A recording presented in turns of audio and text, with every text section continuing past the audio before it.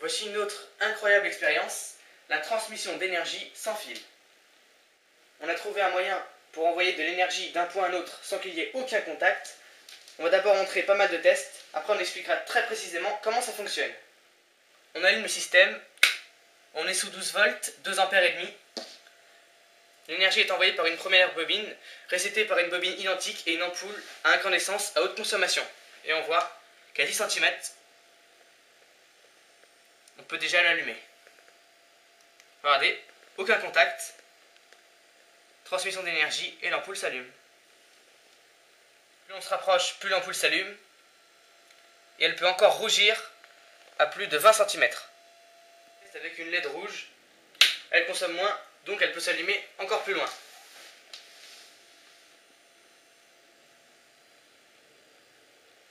Elle peut encore s'allumer à 50 cm de l'émetteur. Et avec une LED, si on retourne la bobine, on peut même l'allumer à côté de la bobine émettrice.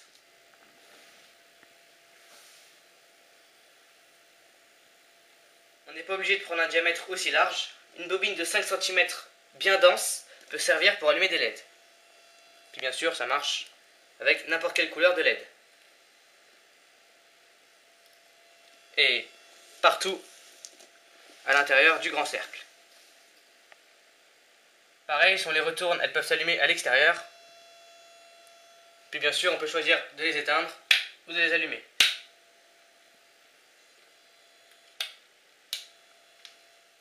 Avec un transformateur survolteur à la sortie de la bobine, on peut allumer la LED jusqu'à plus de 60 cm. Sans oublier que notre ancien record était seulement de 9 cm.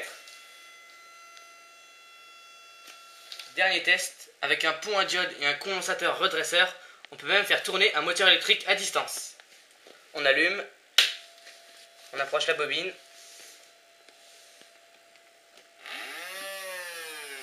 On peut le faire tourner jusqu'à 10 voire 15 cm. Et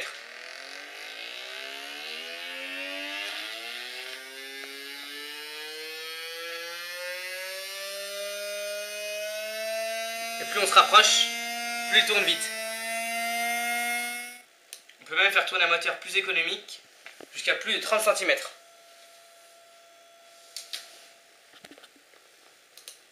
On a beaucoup d'avance. Voilà comment vous rechargerez votre portable dans quelques années. La tension est variable en fonction de l'intensité utilisée. Regardez, avec cette ampoule à LED de 230 volts, elle s'allume sans problème jusqu'à plus de 20 cm.